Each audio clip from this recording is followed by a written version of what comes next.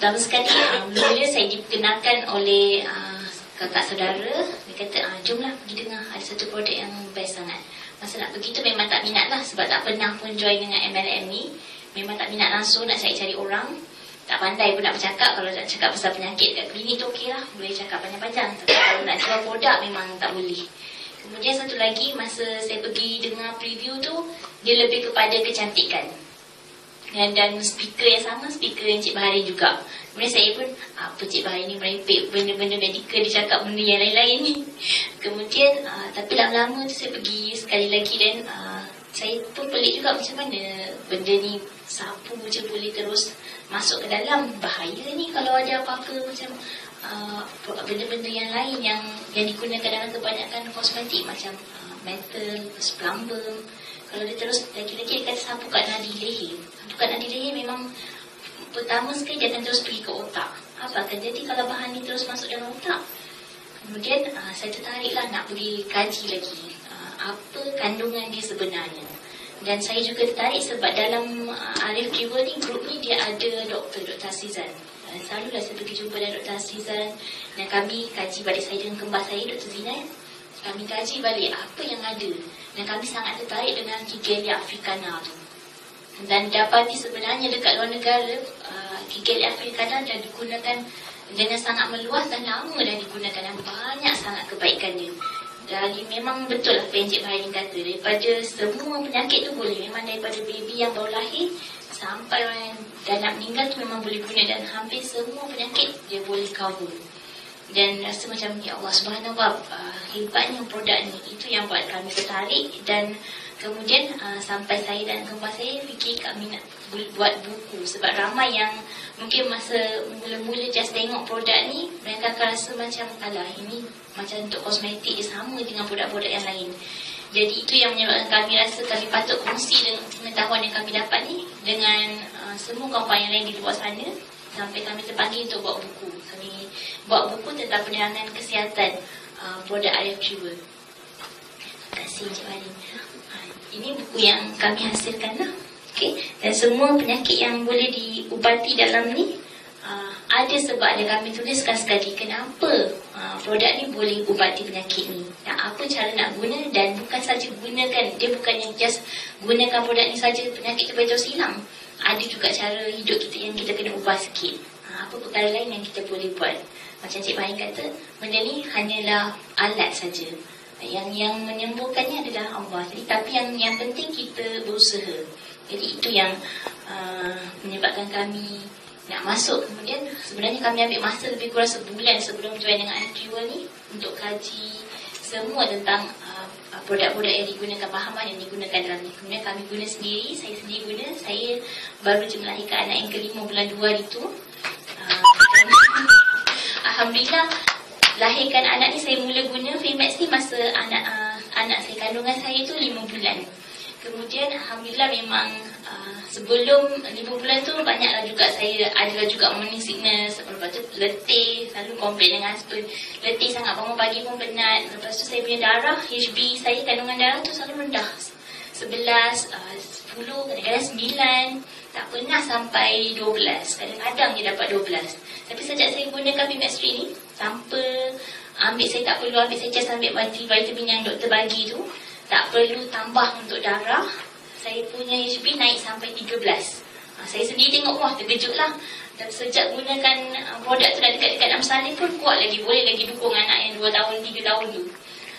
Husband pun terkejut jugalah. Pagi tu nak bersalin, tengah hari bersalin, pagi tu boleh lagi dukung-dukung jalan-jalan. So, padahal pergi dekat hospital check dah buka 4 dah. Terus dia suruh masuk labor room. Kemudian lepas bersalin tu langsung tak pakai bekong, langsung tak bertungku. Nurse datang check dekat rumah, itu hari ketiga rahim dah kecut dah. Anak saya pun lahir 3.5. Lahir senang, lepas tu susu pun banyak. Kemudian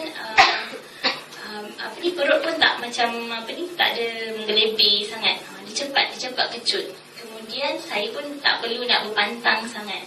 Dan Filmax ni dia jadi juga sebagai makanan tambahan. Saya bermatematik yang saya ambil tu, saya tak perlu ambil benda-benda yang lain macam yang kita perlu ambil masa berpantang tu kan. Kemudian Filmax satu lagi dalam kehidupan saya untuk anak-anak saya yang lain. Anak-anak saya ni selalu sakit. Terutama sekali anak yang pertama, sebab dia lahir kecil, lahir 2.2 kilo je. Kemudian dia ada masalah paru-paru. Tapi sejak saya berkenalan dengan Fimax ni, anak saya ni dia kalau macam hari tu hari hujan, besok pagi tu dia akan macam nak kena asma. Malam tu dia tidur, dia tak selesa, dia akan susah nafas semua tu. So sekarang ni saya gunakan Fimax, saya sapu dekat leher dia, malam tu dia boleh tidur dengan linen.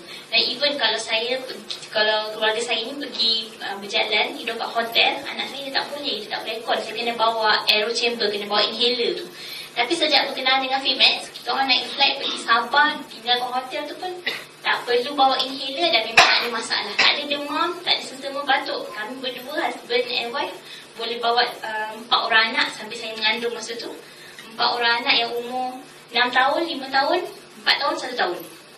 Tak ada masalah. Kita orang pergi melancong pun tak ada masalah yang dapat cek berik ke. Biasanya kan kalau kita keluar anak-anak kecil-kecil, dia akan cek berik lah serta batuk. Langsung tak ada masalah. 2 minggu tinggal kat Sabah tu balik, Alhamdulillah. Bila dia dapat sikit sesama tu, saya just sapu je. Dapat sikit sakit perut ke, nak cek berik ke, saya sapu. Kalau malam ni cek berik, sapu, besok pagi dah okey dah.